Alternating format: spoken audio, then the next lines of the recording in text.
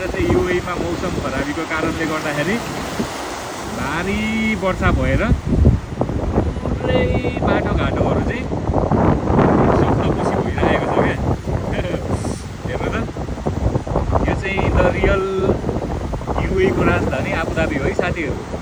आबुधाबीमा चाहिँ पानी पऱ्यो भने चाहिँ व्यापक पानीहरू चाहिँ बाटोभरि हुँदो रहेछ र एकदमै सप्तपुसी भएको जस्तो देखिँदो रहेछ क्या साथीहरू। यहाँको अवस्था हेर्नुहोस् है, रियल अवस्था आबुधाबीको।